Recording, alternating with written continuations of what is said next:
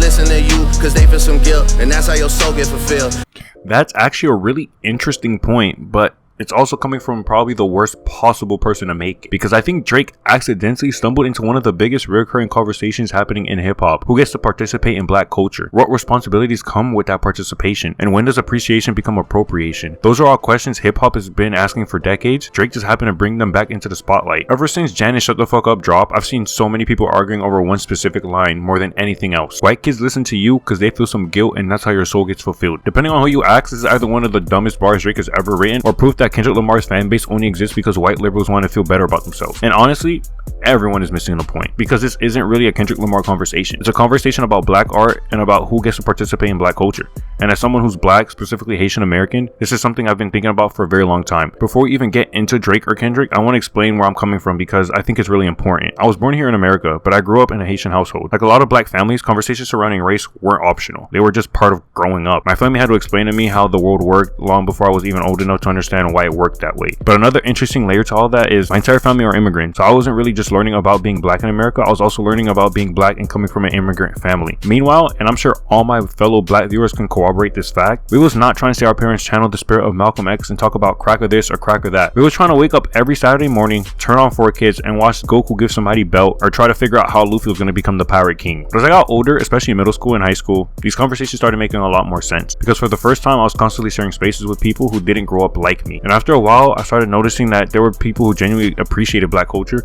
and then there were others who treated it like an accessory, something you could put on when it was cool and take off the second it became inconvenient. That's the distinction I think Drake accidentally brushed up against, because there are people who engage with black culture in ways that feel performative. Some people think listening to rap, using AAVE, dressing in a certain way, or surrounding themselves with black people somehow permits them to speak on behalf of black people. I don't think that's appreciation, but rather that's something closer to borrowed authenticity. It's kind of similar to a passport in many ways. Some people think listening to rap, using AAVE, dressing in a certain way, or having black friends somehow stamps their passport into black spaces, like they somehow earn citizenship. But consuming a culture isn't the same thing as understanding it. You're borrowing authenticity from a culture without sharing in the history, struggles, or lived experiences that give that culture meaning in the first place. And if Drake had stopped at simply pointing out that phenomena, we'd be having a completely different conversation here today. But the problem isn't the question that Drake asked, it's the answer he gave. Yo, baby mama ain't even post a single. Before we even talk about Kendrick Lamar, I think we have to establish that Kendrick didn't invent pro-black rap. He inherited it. Somewhere along the way, people started treating Kendrick like he woke up one day and decided to make political rap cool. But hip-hop has been rooted in black liberation since its inception. That's literally part of the genre's DNA. It was created because black communities in New York had stories that nobody else wanted to hear. It was the voice of the people who had been ignored politically, economically, and culturally. That's why some of the greatest albums in hip-hop history don't just sound good, but they also have something to say. Public Enemy, NWA, Tupac, Wu-Tang Clan, No Name, and Kendrick Lamar. They're all participating in the same lineage. That's why I've always found Drake's criticism of Kendrick Lamar kind of fascinating, because if you listen to Kendrick for longer than 5 minutes, you know his music has always centered black experiences. Even if you've never heard To Pimp a Butterfly, look at the album cover. A group of black people standing triumphantly in front of the White House. The imagery alone tells you exactly what kind of album this is. Now, don't misunderstand what I'm saying. Saying that Kendrick primarily makes music from a black perspective isn't the same thing as saying nobody else is allowed to listen. Those are two completely different sentences. If a non-black person enjoys Kendrick's music, that's beautiful.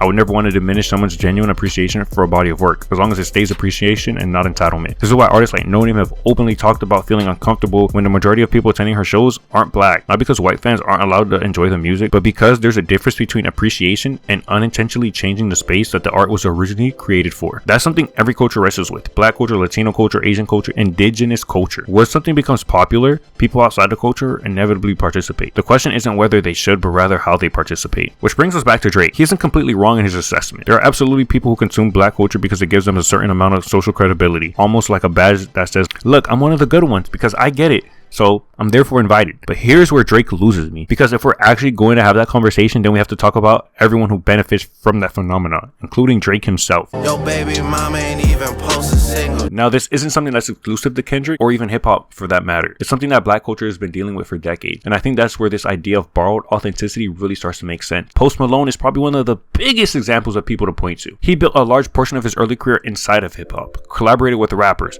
benefited from hip-hop audiences, benefited from hip-hop media, benefited from hip-hop aesthetics. Then once he became one of the world's biggest artists, he distanced himself from hip-hop. Now, artists evolve, people experiment, that's completely fine, but it's integral to understand that he used hip-hop like it was simply a stepping stone. Then you have Tommy Richmond. After becoming popular through hip-hop spaces, he immediately turned his back by saying, "I'm not a hip-hop artist." Again, there's nothing inherently wrong with defining your own music, but timing and context matter. It leaves people wondering, why embrace the culture while you're climbing, but create distance once you've arrived? Ian sparked a similar conversation, not because he's white, but because so much of his presentation felt like an imitation of existing black artists. Cough, cough, Gucci Mane. The cadence, the aesthetic, the delivery, even the marketing. Whether intentional or not, people began asking, where does inspiration end and where does imitation begin? But this conversation goes far beyond music. We see it with AAVE, hairstyles, fashion, slang, dance. Every few years, something black becomes cool. The originators get mocked for it, then somebody else makes it mainstream. Suddenly, it's fashionable. The issue has always been extraction, taking from the culture without respecting the people who created it, benefiting from blackness without standing beside black people once it becomes inconvenient. Malcolm X talked about something similar decades ago when discussing white liberalism. While the historical context was different, one of Malcolm X's reoccurring concerns was that some people could just present themselves as allies while still benefiting from the systems that left black people behind. His critique was about looking beyond appearances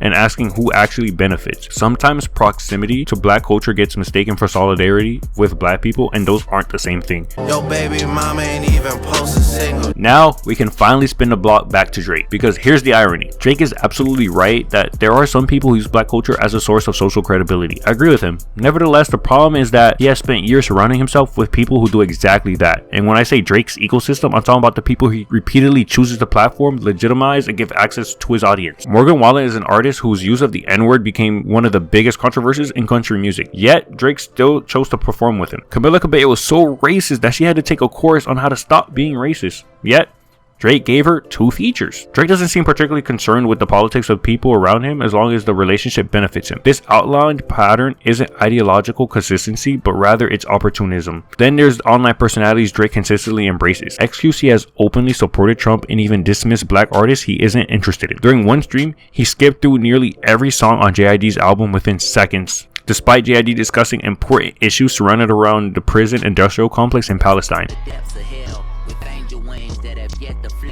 I'm not a thing to that. So, count. Not a thing to that.